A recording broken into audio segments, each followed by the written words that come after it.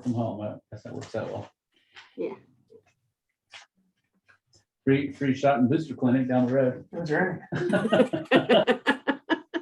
All right, let's, time is 5:31. I'll go ahead and call the meeting to order.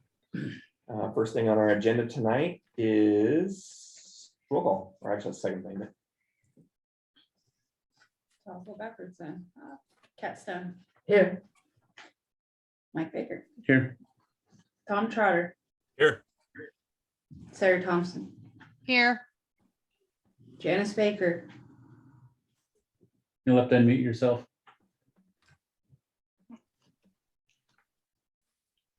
Which one is she? The AJs. Okay. Bonnie Rainville, Here. And for the record, Mark is not here. I'm here. There we go. Okay. Thanks. Sorry, I couldn't figure it out. So we're gonna go ahead and do the Pledge of Allegiance. Those that are online, if you can mute while we do that. Mike, you want to lead us? Sure. I pledge allegiance to the flag of the United States of America and to the republic for which it stands, one nation, under God, indivisible, with liberty and justice for all.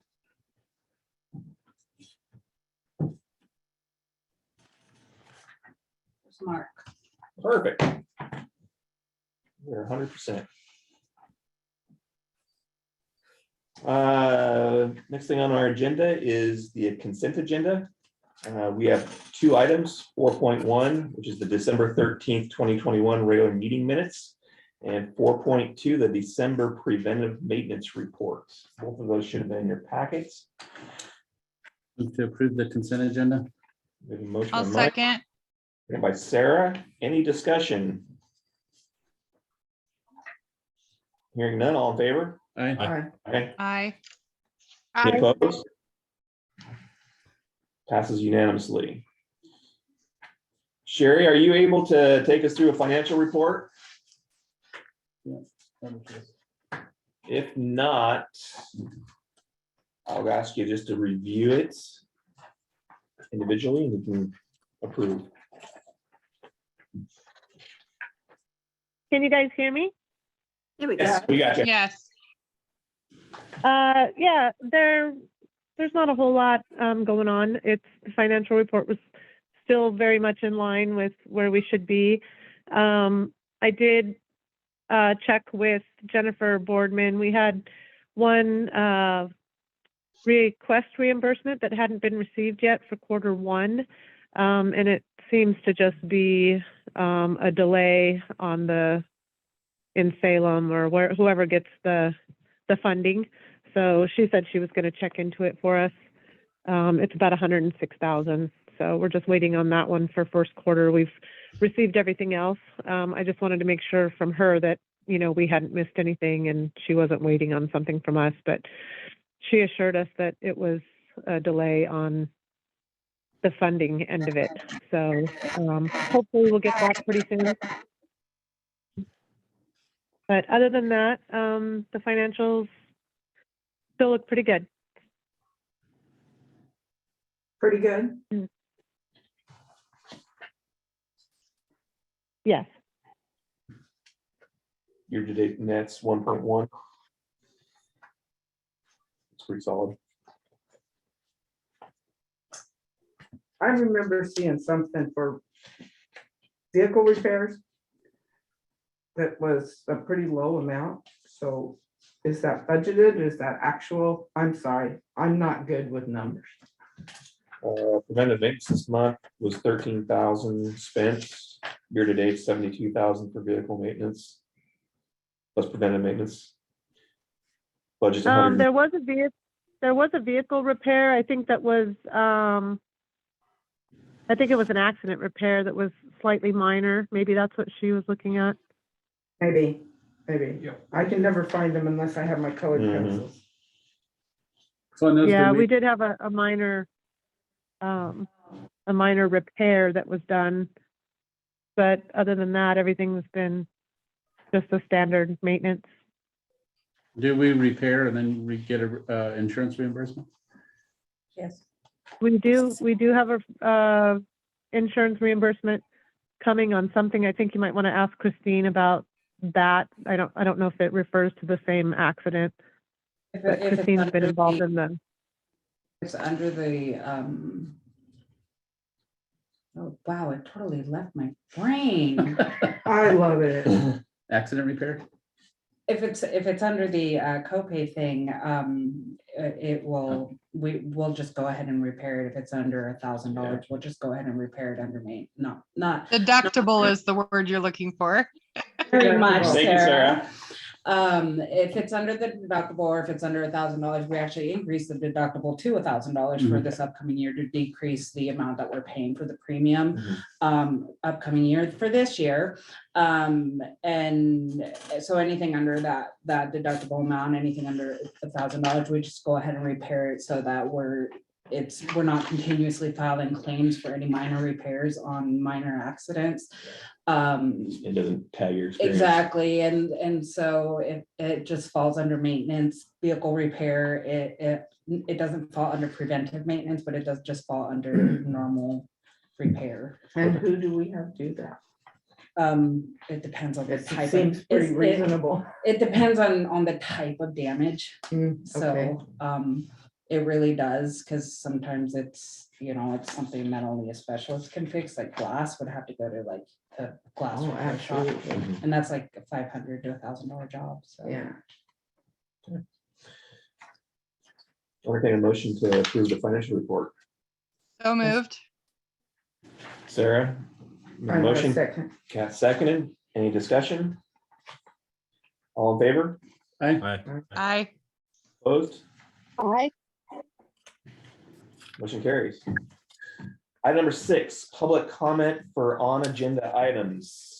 Does anybody have anything for on-agenda items tonight? We have a public here. No. Yeah, actually, yeah, I was looking at it and I have a question that in your demand response and medical transportation, you have stuff on this year, but there's nothing budgeted for next year. I was just wondering if it's going somewhere else. For the 2022, 2023 year. Yes, Actually, we were talking about the budget process tonight, kicking that off, and so I'm sure that'll come up in that conversation as the budget is being built. okay. We budget annually, Annually, even Yeah. though it's a. so by July, by June or July, by June, budget will be passed for starting that July. All Yeah. right, I mean, Yeah. it's just like, if you- if nothing sitting there, Yeah. you obviously, those things are here, Can we state his name for the record? You want to state your name for the record? Oh, Jim, do you have? Yeah, Jim DeLapp. Thank you. Jennifer. In regards to the payment, that just came through, so you guys should be seeing that funding coming your way within about a week or 3 days, depending on who processes it, and how many people they have in the office. Perfect. Thank you, Jennifer. Anything else? Comment?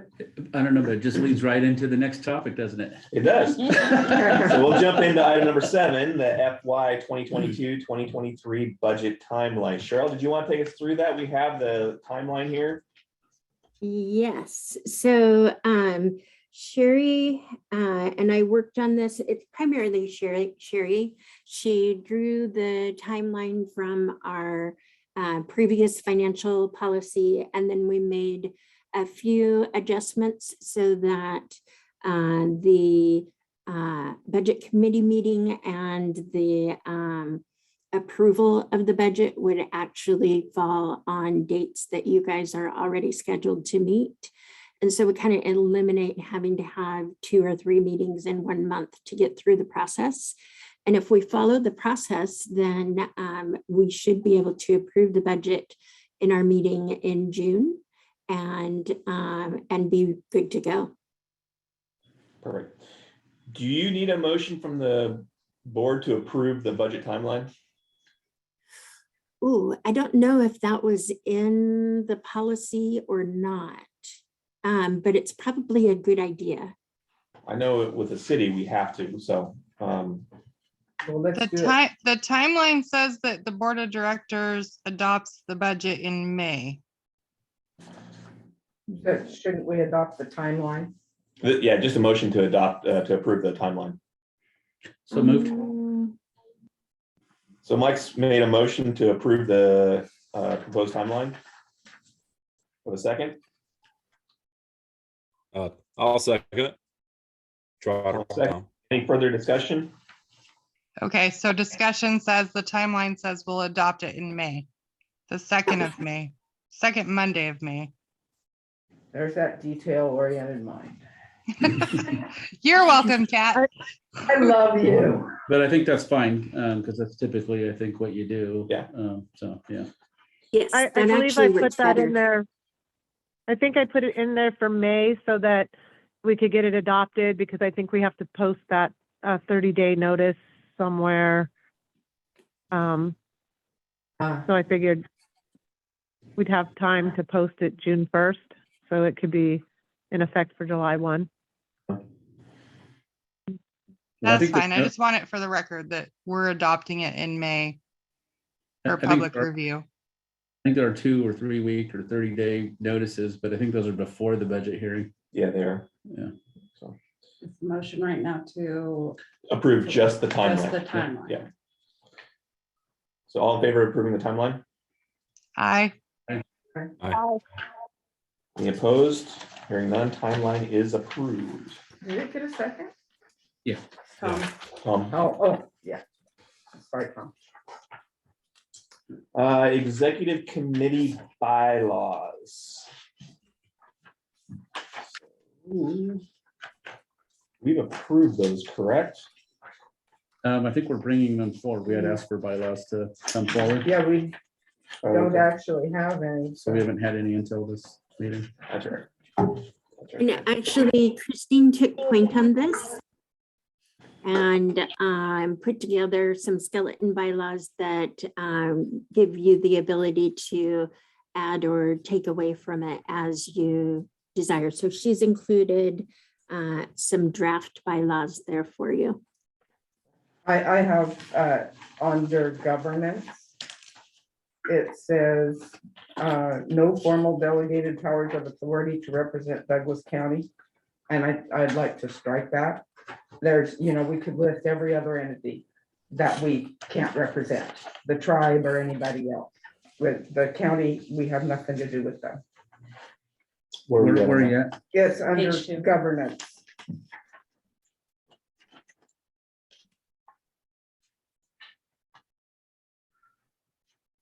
This just doesn't belong there. Doesn't need it. It's not needed. Yeah. Yeah, I agree. And that was the only thing I found. Thank you, Christine. Strike that.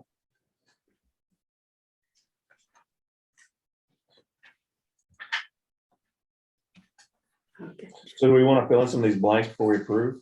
Yes. You have ideas on how often we should reelect the floater or how often, I'm just thinking it's not gonna meet very often, so maybe you do it for 2 years. I just think 2 years is too long. So I really didn't think 1 year because I was thinking 1 year also. we run into that problem with elections and the shifting seats and, John Parker like leaving in the middle of the term and whatever that happened there. So that first blank, we put 1 year. Yes, I think it's not a big deal to do it every year. yeah. Yeah, I was thinking a year normally, but then I was thinking maybe we don't meet very often and yeah, do it too, but I don't care. I But the think board a year appoints is that. reasonable. We can appoint it on an annual basis. Yeah. Dissertation appointed the third executive meeting. as presented as. And what's these meetings will be hosted at Elmer's or? I wasn't sure. I'm where you like, guys wanted to go. somewhere in Vegas. Just wondering how far I have to go. I think one meeting quarterly. Looking under the second page. Can we do as needed?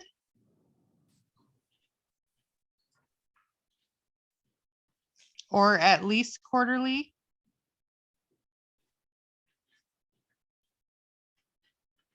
quarterly and as needed. Or as needed. Yeah, or as needed, maybe, because then there may be something and there's just nothing to talk about. Why show up and Well, yeah, and that's like we have a have, meeting to have a meeting, you know? we have executive sessions on the agenda and we don't always use it. So if we say we're gonna have a quarterly meeting and then we don't. I think, Because it says we may hold more often to review.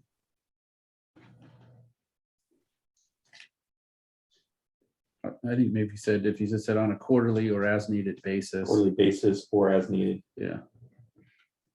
Okay. And then that way, kind of, that way, we at you can least cancel them if you review. need to. Yeah, it's due diligence. Yeah, We okay to meet here? but yeah, I think so. Mhm. I just wasn't sure what exactly with the, These meetings will be hosted at the country club? Here. Okay, okay, so it's gonna So, be here On the, at the office. on the subcommittees, I think the, oh, this is for the subcommittees to the executive committee. Would you ever have a subcommittee to the executive I committee? would- Seems like you would just have I would subcommittees to the, imagine. So I would board. scratch the subcommittee one. yeah. The board can have a subcommittee, but I don't think there should be any subcommittees of the executive. I was committee. trying to Yeah. figure out how we were gonna narrow that down anymore. To subcommittee out of 3, so. Yeah. Yeah, that would be like one Instead of 2? Oh, we could. So what's underneath governance? There's a blank line there. I'm not sure what the question is, or commit to expenditure. of any as fund. to like if there's any more, Expenditure of any funds over Anything- $2,000 or, no, like any other. we scratched governance anyway. oh, Like, we didn't Just Douglas scratch all County, of right? governance. Just Douglas County Yeah, we just took out Douglas County. Oh, okay. I think we didn't should put a scratch the period. whole thing, after funds. Period, that's good, yeah. unless we come up with something later. Quorum's Well, fine. except I guess it does spell out that the committee will submit recommendations to the district board of directors. I think that's fine to have in there because Yeah. it's kind of its point. Yes, Investigation responsibilities. All that. Okay. So are we comfortable making the motion to adopt this as it changes? Can we specified? add in under meeting frequency and location, these meetings will be hosted at that office or virtually? oh, do we have to say that? Yeah, Well, I think you can just spell a location out because like for our board meetings, we're required to identify a location for that and we make that here. Right, But clearly we make them available online. online as well, which I yeah. think is fine. I don't think that needs to be spelled out in the bylaws. Okay, because I think there are certain groups that do that kind of thing, that Mhm. write special into the bylaws and I you think can't it's have a already meeting with spelled Zoom. out in your guys' board bylaws, and I think that. It does. Robert's very I think we added that language Made in there. sure that you guys had that Okay, in good, there. yeah. The last time. So based on that, I'll entertain a motion to approve the executive committee bylaws as amended through the discussion tonight. I'll second that. I need a motion. Oh, somebody make a motion and I'll second it. I'll make a I will motion. make a motion to accept the bylaws as edited through tonight's meeting. Do I have a second? Second, Cat. Any discussion? Hearing none, all in favor? I, Aye. Aye. Opposed? Motion passes unanimously. So we need to go ahead and appoint our third committee member. So I'll open that up for discussion. I nominate Mike Baker. Do I have a second for Mike? I'll Second. second. As a tie. Tom, I heard you clear, so I'll go Tom on that one. Okay. Nominated. Sarah, any discussion on that? well, I don't like it, but I don't want to do it, so. Well, aren't I already on it because I'm the vice? Yes, Yeah, yeah, Yeah. you and I are automatically on it, Sarah. you're appointed or whatever, you're automatic. And so, like I said, I don't want to do it. And I guess I'll just take it. Okay. Hearing no other discussion, I'll go ahead and Prepare, because it could be. put it to next vote. All those in favor of Mike If I get Baker being the elected, third right. appointed? Aye. Aye. Aye. Opposed? Congratulations, Mike. Or whatever. It might not be that grand. I don't think it's gonna That's why I don't want to do it. be. So on that, if you want to go ahead and make those changes, call me when it's done and I'll come in and sign it. Old business, 8.1, accounting and financial policy procedures manual. Yeah. So that was sent out today, correct? And Cheryl, do you have the floor on this? Sure, either Sherry or myself, either one of us could go. But Sherry made the amendments that we had discussed in our last meeting, which was to eliminate the specific policies and procedures that were associated with record retention, and then direct the record retention piece of it to our current policy. Was this part of the audit? No, this was part of the policy that we put together and put in front of you guys. Last meeting. We had, yeah, a couple of meetings ago. Couple of meetings, yeah. Yeah. At the end of the policy, there were some really specific timelines for record retention specifically. And so rather than have them directly from the Secretary of State and in the policy, we directed it to the policy that then references that we're going to check with Secretary of State. That way we don't have to continuously change them every time Secretary of State updates. They change it fairly often.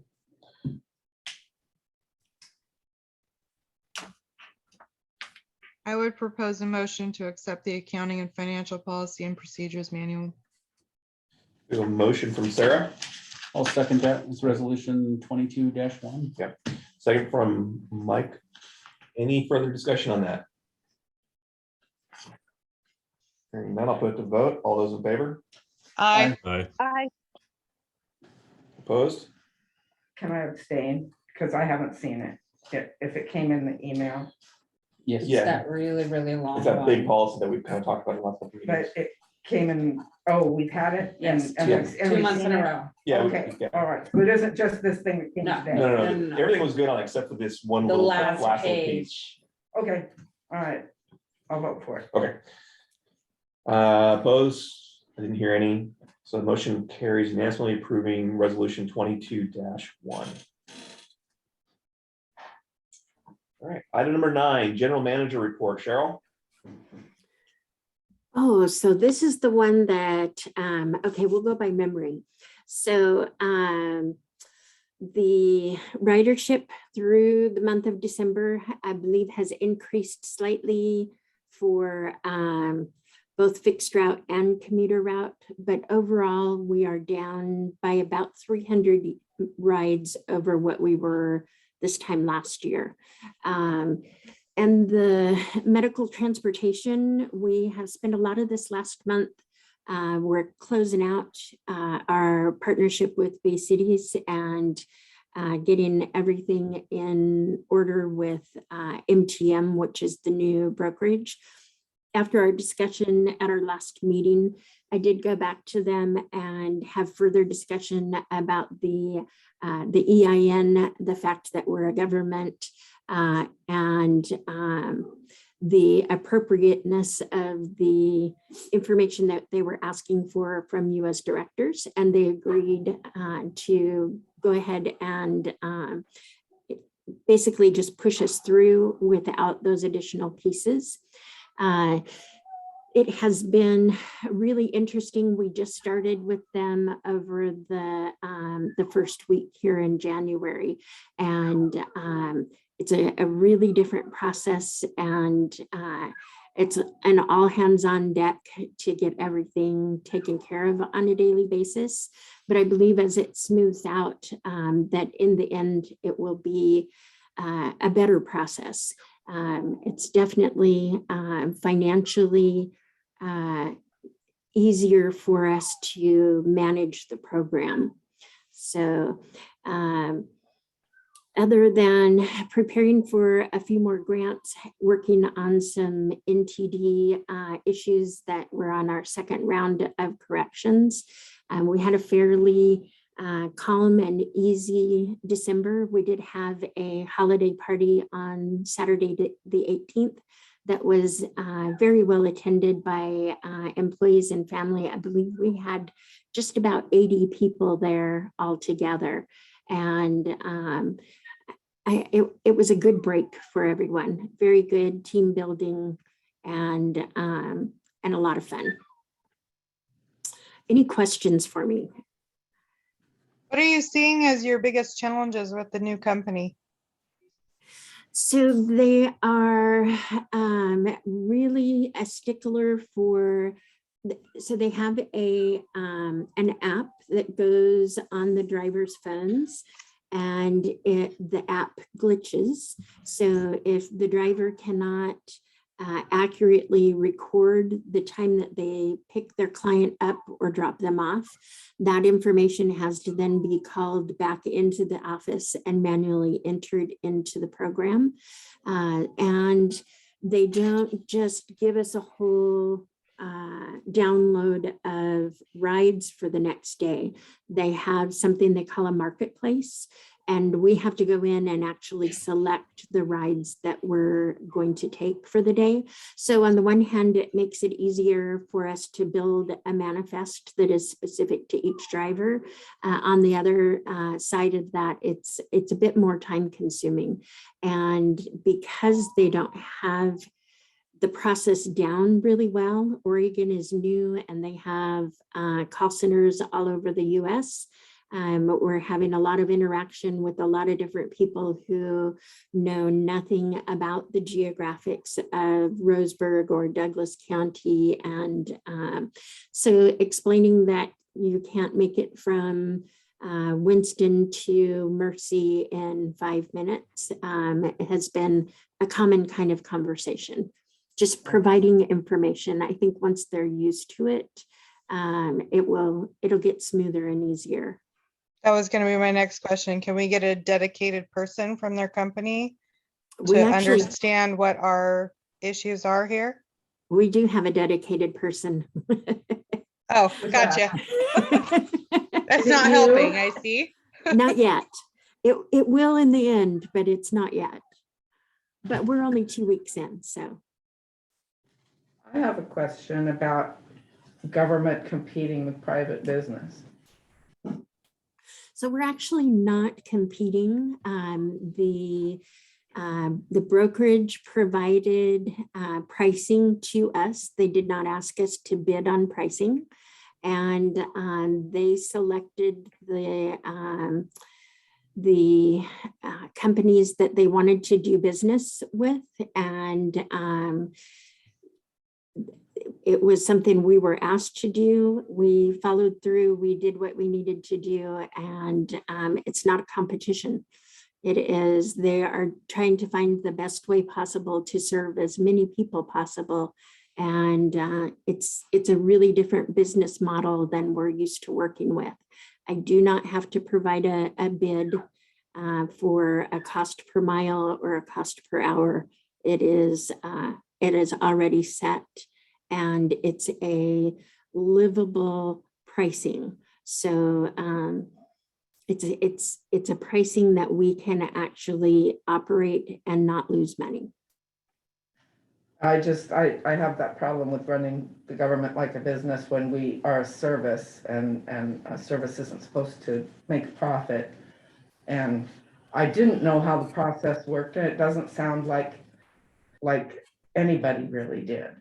If they were asking you and I for our EIN or our social security numbers, I don't know how well thought out it was. So I'm concerned with trouble down the road.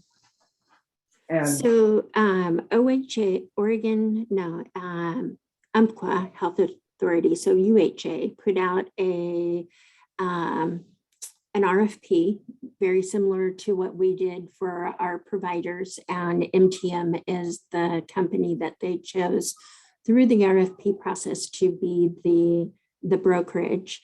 And as far as having the district involved in providing the service, initially when they set up many years ago, the whole brokerage process for Oregon, state of Oregon, we started out with Douglas County was covered by Rogue Valley Transportation District, the TransLink brokerage, and they had 7 counties. And there were only a few brokerages throughout Oregon. And that money that was made by the providers was intended to feed the system, to be match money, to be able to buy vehicles and to help stabilize the funding for public transit through the providing of rides for the medical transportation. And it's morphed this way and that through the years. And this situation that we're in kind of brings us back to that. It is an income that will provide match money and money that has no federal tie to it. So we can spend it for match, for federal, for state, or straight up for whatever we choose to spend the money for. oh, that sounds good. Who is this Umpqua Health Authority? Umpqua Health Alliance, actually. Oregon Health Oh. Authority, Umpqua Health Alliance. Okay, who's that? OHP. It's the Douglas County. The Douglas County, yeah, our Party. CC, Is Dana Hopper the head of that? Dannenhofer was head of that at one point. I don't know if he still is. But I Does think it involve the SIPA or Aviva or something like that? DeSipa was the old name. Yes, that's what I thought. Well, then he left. Yeah. Okay. Yeah. Changed to Umpqua Health Alliance. Yeah, they just change their name whenever they go out the Yeah, it door. used to be DeSipa when I worked with OHA. Okay, So, and then it switched over to DeSipa, to Umpqua Health Alliance. okay. Whatever name they're living under. Okay, back to your report. that Yeah. actually covers a lot of it. I took a little bit of time off. So I feel more refreshed than I have in quite some time. And we are preparing for our new operations manager, and it's having Sherry on board as our finance manager, and now she's 6 months deep into that. It is really just changing our whole world, and we can be more intentional about our choices for what we're going to do when, and we're not constantly just putting out fires. She has taken such a load off of my plate and Christine's plate that we're actually able to do the jobs that we're hired to do. Wait till you get that operation. Yeah, no kidding. going. Yeah, we're super excited. He'll be here. First day is the 24th. Perfect. Thank you, Cheryl. Mhm. Is he I'm glad to coming hear to you the got some- February meeting? We can ask him to do that. Absolutely.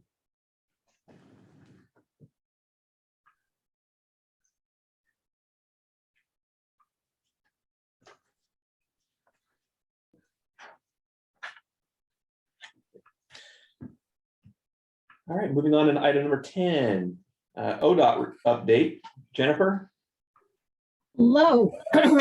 We have several grant applications that are due here in, well, January 14th is the Rural Veterans Healthcare. If you are going for that program, it is somewhat limited on what it can be used for. And you guys had that partnership with South Lane Wheels, which was a little bit of a problematic thing, but there is that opportunity. Limited funds. This is the second round of this rural veterans for this year. They just approved the first round at the PTEC, and it'll go to OTC the 20th of January, I believe. The next grant that we have is a 5339 bus and bus facility. I'm highly recommending to all the agencies that put in for the federal grant to also put in for this one, because they have a better chance of getting the state over the federal, because you're competing against all the United States, and here you're just competing against the state providers. So there's that bus and bus facility. So it provides opportunity for not only buses, but you can work on your bus facility. Then there's also, go ahead. That Yeah. included like last mile kind of improvements to the transit stop itself? You definitely could. Yeah, if it's a facility improvement, you could definitely do that. Limited as far as sidewalks, I got approval for one project to do it up to a quarter mile from that, but that was a state program. So it's very limited on sidewalks, but definitely could utilize it for stop improvements. I think ramps or something at the bus stop itself.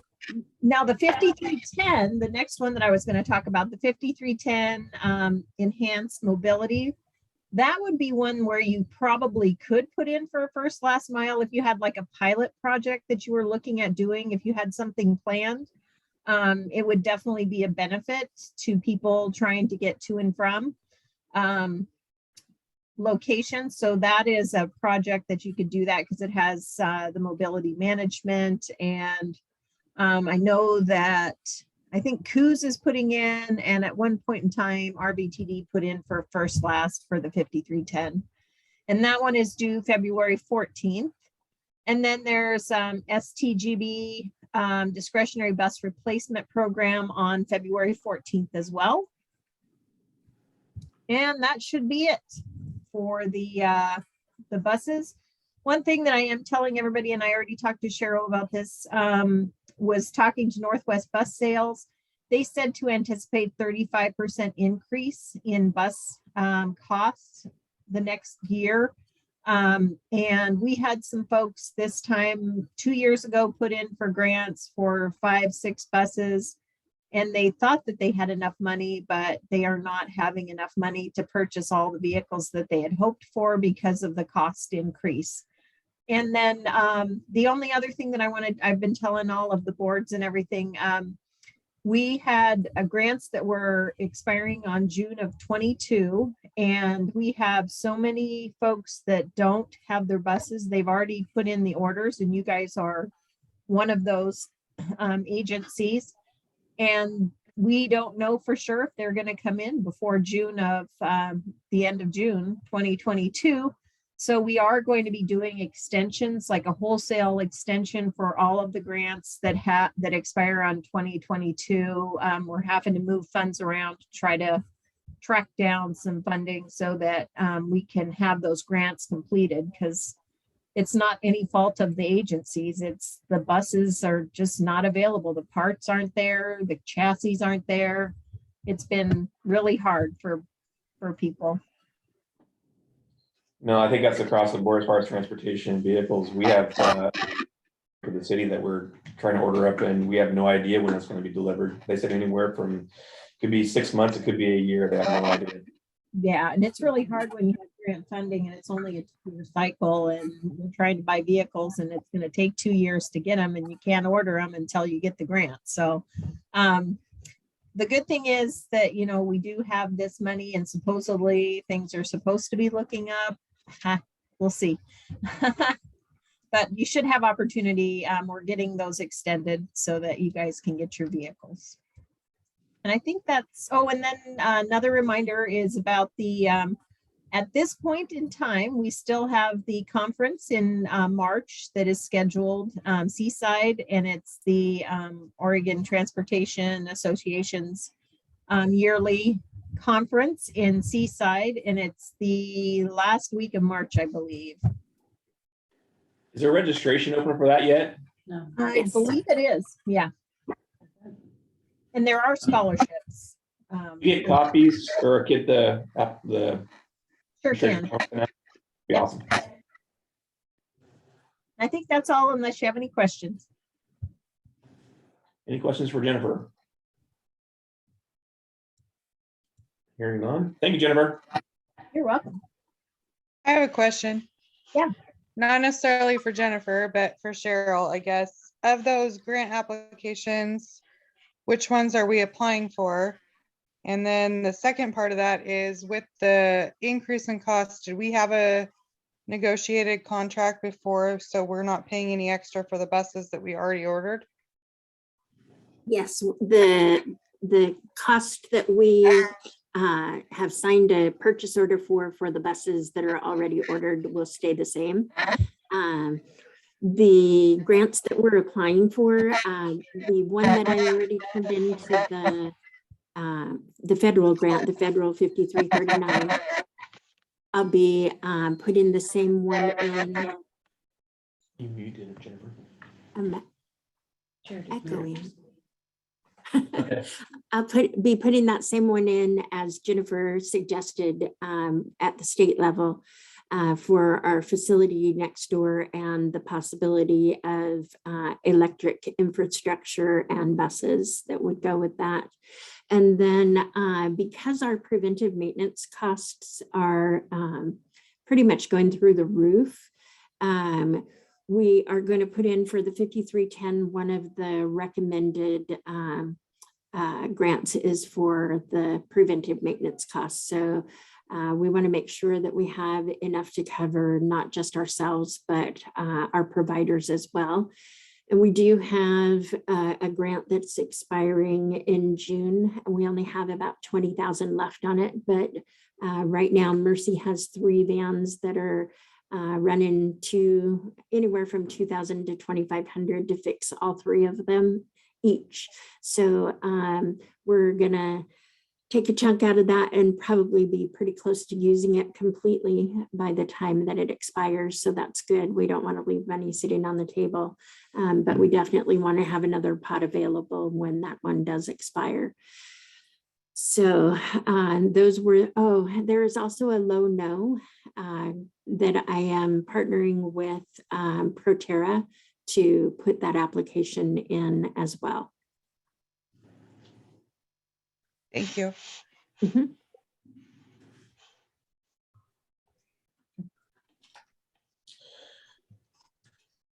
Item number 11 is items not on agenda. I have 2 things for this, but I'll open it up to anybody else first. I have one thing. Okay. I don't remember assigning Sarah to the Southwest Area Commission on Transportation, but it appears that she is on that. And there was a notice in the paper about representatives. Could Sarah talk about that a little bit? So I am not on the Southwest Area Commission on Transportation. I am the coordinator for ODOT. Okay, tell me about it. So that is representatives from Coos Curry and Douglas County, and I just coordinate the meetings. I make the agenda and I send it out and send out all of the agenda items for that as my position in ODOT. So if you're asking what the area commission is, it's an advisory committee to the Oregon Transportation Commission for ODOT, made up of elected officials, modal representatives, and et cetera, that help make recommendations to the Transportation Commission. All transportation, not specific. Yeah. Not specifically transit, but highway, active transportation, and maybe transit, aviation. Why don't we have anybody on this? They're asking to represent Cheryl. Yeah. And I think you are too. I represent City of Mill Creek. Yeah. Okay. Cheryl represents the board on that commission. Okay. Yes. I had no idea what the heck they were. I see you saw my notice in the paper. Is that what happened? Yes, that's what Well, that's happened. good. Right here. Hey, Somebody sees them. There may be only a couple of us that have seen it. But counting Cheryl, there's at least 4 of us here that are engaged in some way. But could you report back to us? I mean, transportation. Cheryl can. Okay, so that should be part of the general manager's report? There's actually a meeting next Friday, so. Friday. This Yes. Friday. This Friday? This Friday. Friday the Friday. 14th. It seems that- Second Friday of the month, of odd number of months. Every other month, yeah, odd I mean, month. that's Friday, Odd and it month. seems a pretty big deal that I didn't know much about, that we It's- never it's a- talked about. It's a good group. Been going on for 20 something years. Yeah. How come I'm not on? it? I don't have time. I don't have time. Anybody else for items not on agenda? Okay, so I passed out, and for those of you not here, you should have received an email. One of the things that we talked about last meeting, and we were gonna discuss this meeting, which I think we want to go ahead and table since Cheryl's not here, is an executive director evaluation. One of the things that we really didn't have is a tool to do the evaluation. We had the job description and then the SMART goals, but an actual tool or form to actually complete the evaluation, we didn't have one. And so what I did is I put one together from bits and pieces that I saw online of different executive evaluation forms, and I sent that out just as a starting point for people to look at. And so I think I'd like to have us all take a look at this and maybe come back next meeting and discuss what we like, what we want to change, what we want to add to this form to use to actually do the evaluation. And so I just kind of pass that out to get kind of a conversation starter on a form that we can use to evaluate Cheryl. So Thanks, good. we're okay with that? Mhm. That'll be it on our transit email. Yeah, And then the other piece of that, which kind of caught my attention, was in here, one of the categories was administration and human resources. And it kind of got me thinking, we're getting up in staffing to where we're starting to have to comply with some state, not quite federal yet, but state rules and employment laws. What are we doing as far as our human resources functions? And do we have something established where there's employee due process? There's You're a talking like progressive discipline. well, not only that, but then like they go to the supervisor, if the supervisor doesn't address it, then they go to Cheryl. Or is there a human resources person handling that beyond Cheryl that's kind of a intermediary? I guess we're just getting to that size where it's something we may want to consider. Right. So that's something Sherry and I were just talking about is as we're putting this next budget together, looking at the possibility of at least a part-time human resources person, simply because it does get sticky with it being me as the human resources contact. Anything that comes to me that is something that needs to be addressed, that we need HR expertise or maybe legal expertise, I take that to special districts and they provide feedback and suggestions and kind of that course of where to go with this, what to look out for, those kinds of things. But it is very time consuming. Every time that we've had a difficult termination, it has turned into weeks and weeks of work. You know, on a daily basis, you're looking at the conversations, interviews, the documentation, all of that kind of stuff, which I'm perfectly capable of doing, but it is something that I believe we are at that point where we need to look at hiring an HR person. Okay. I think it will benefit. I can support that. I mean, you're getting up, like I said, I think you're above 25 now as far as employees, so you're having to qualify for OFLA, which is the Oregon Family Leave Act, which is in itself is a lot that takes a lot of time to administer. Your recruiting time of trying to recruit drivers, your benefit administration, drug screens. I mean, the whole gamut. I mean, there's just a lot of components and moving pieces to it. And so I could really see the value of having an HR representative, not to mention like I said, the employee conflicts and investigations and all that you brought up, so. Well, we even talked last time about the trial service and, all those types of Isn't policies, employment policies. Isn't this an operations manager kind of thing?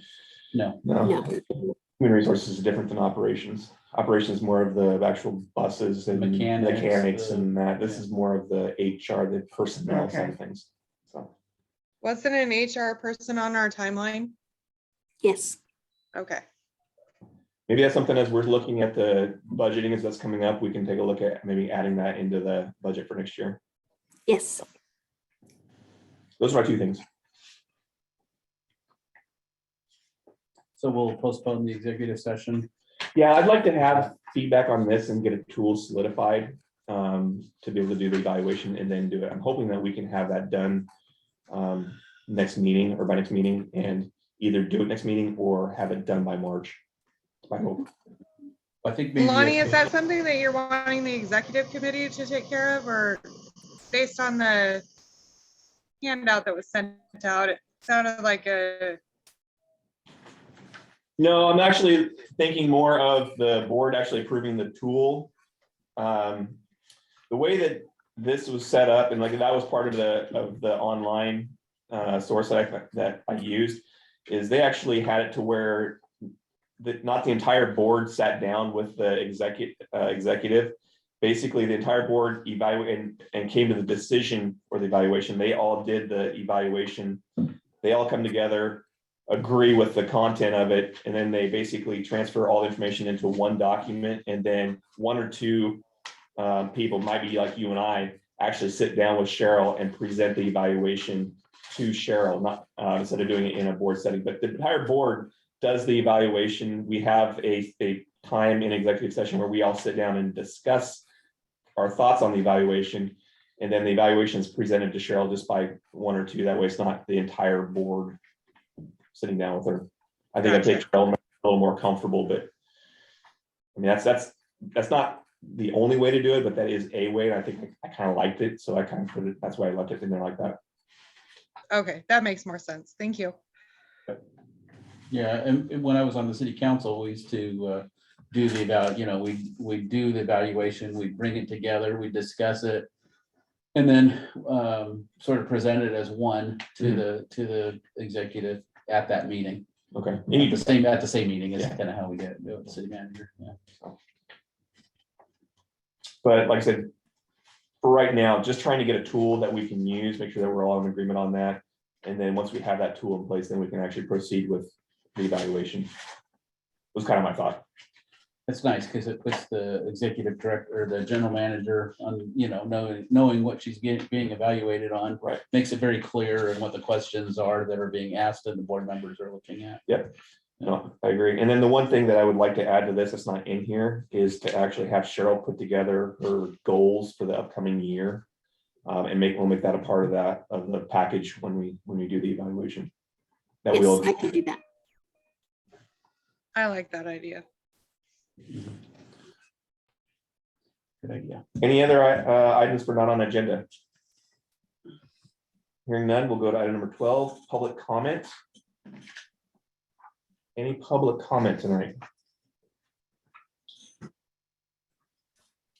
Jim Delap, it must have been from watching one of the previous ones about your maintenance on your vehicles. You've been doing 7,500 miles, and you said you've been shown that you should be doing it every 5,000 miles, and it's deferred until you get your operations manager. If you haven't, I was in parts for over 30 years. Mhm. I was twin brother to a mechanic, professional mechanic, so I know a little bit about what I'm talking about. If you're still going that extra 2,500 miles and you're not using synthetic oils, which you'll probably not, they're way too expensive, you're playing with fire. I mean, you should go ahead, make a temporary something until you get an operation management, which I think is the 24th. You should go ahead and start doing those earlier. It's just, I think there's different levels of mileage for different things. Yeah, in the vehicle. It's not just like we're doing an oil change every 7,500 miles. That might be every 3,000. The lift might be another so many thousand, I realize that, but you're using, what you were using was light, a guide for light maintenance, which your vehicles are actually on heavy maintenance. They're used in, it's just like taxis or anything like that. It's not like a standard car. You need your maintenance done more often. right? No, I appreciate that. And I agree with your observation that if we're using a standard oil, a regular oil, 5,000 synthetics, you can go up a little bit further to Sure. 7,500. As long as you're in the filter too. Yes. So is that absolutely. gonna be his first thing on the job, January 24th? We're almost there. I think so. I think Cheryl can have him evaluate that. That's a pretty quick and easy slam dunk for a person. Yeah, we'll get him all oriented and situated fairly quickly, but the mechanic did confirm that we use a synthetic blend. So I will make the recommendation, and I'm relatively certain that he will agree that we would move from medium service to severe service for the vehicles. Boardman. Thank you. Jennifer? Yeah, I just wanted to make a comment. So while you want to you have to try to stay in that sweet spot from preventative maintenance, because you will get a finding if you go too often in your maintenance, because the feds want you to stay within that short window of they don't want you to go over 20%, or is it 10% over or 10% under on your maintenance. So while it may, you don't want to be over, you don't want to be under. So that's the bottom line. So Basically following the manufacturer recommended servicing, correct? exactly. It shouldn't be too hard, Jim, it shouldn't be too hard to keep traffic, because every time the drivers get in there, they're getting mileage, and they're writing everything down. So there's no real reason, unless the mechanic's backed up, to not be able to have it on a regular basis and make it within 5%.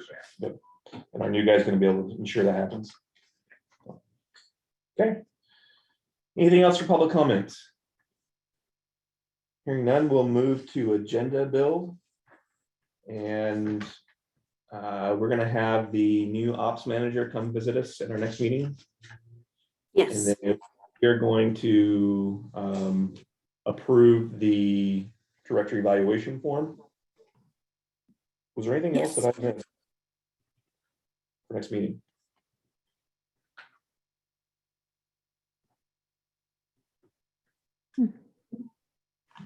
I didn't think we really talked about No, it. everything was pretty much wrapped up on this one. Okay, well, I'm sure Cheryl will have a lot for us in our next meeting. She yes. kind of build it. I guess one question, though, Cheryl. So the Supreme Court will make a decision any minute, but we prepared at the Supreme Court rules that the vaccine mandate is legal and enforceable, which means the date coming up is like early February sometime. Yes, so if they rule that that companies can mandate, then it will do. I got a sneak peek at the Rules Advisory Committee for the Oregon OSHA, and what they are proposing is for less than, or for over 100 employees. So unless they were to go for companies under 100 employees, we're okay, but they are recommending a mandate for the over 100 employees, and with the option of testing for those who are not. In addition to that, they're also asking for a mask mandate for those who are not vaccinated. I did provide my feedback on my thoughts for if they were to go on and enforce that on companies that had less than 100 people, what the financial impact for us would be. So to test twice a week, which is what our VTD is doing, and if we were to pay for those tests and pay for the time, which is part of what's in the mandate, we would be looking at just about $60,000 a year between the tests and the hours that would be used for people to test, because it would have to be a two-person deal. Somebody would have to be there to witness it, all of that. So then the other piece is, I feel I just put my personal feeling out there as far as the mask mandate for unvaccinated people only, because whether you're vaccinated or not, you can spread the disease. Having only the unvaccinated people mask is kind of divisive, and I believe it's counterproductive to the culture that we're trying to build. So I'm hoping that that portion of it does not go through, but we'll see. But OSHA is prepared. They have a rules advisory committee that is working on being able to roll it out as soon as there is something from the federal level. So even if the whole mandate for the vaccine doesn't go on a federal level, at the state level, it could. And so that's what we have to be prepared for, is even if the federal says no, if Kate Brown says yes, then we still have to comply in some way or another. So we're prepared to be able to do that, yes. Yeah, maybe I misunderstood, but I thought the 100 employee thing applies to private employers or a government agency who fall under OSHA. And the state OSHA, like one of the 26 states, that where OSHA generally follows the federal guidelines. And you're right, the governor could be more restrictive if they want and do that anyway. But because we fall under OSHA as a government agency, it applies to us regardless of the number of employees that we have. So if the mandate goes through, it's not the 100 employee, because that's for private businesses. As a government agency having to follow OSHA rules, that they would be applied to the agency. That's interesting. It did not, the paper that I read did not speak to that. And there was some discussion in our OTA meeting about that, but it hasn't been specifically stated that it would apply to the government agencies. Yeah, So cross your fingers. You might check with special districts, because I think I read somewhere where it was applying to all the special districts, the cities, the counties. Wow. Okay. But I just want to make sure, it'll probably be overturned. But if it isn't, I just want to make sure that we're prepared to implement without receiving the fines. Yes. How are we supposed to test when there are no tests available? It's just ridiculous. There are no tests to test with. If they make a rule like that, or Kate Brown tries to do that, that's just nuts. I don't know how we can comply. Well, we will have to cross that bridge when it comes, and find us so they can help pay for more. Well, we just kick that thing down the road a little farther. Yeah. thank you for that, Sheriff, for that.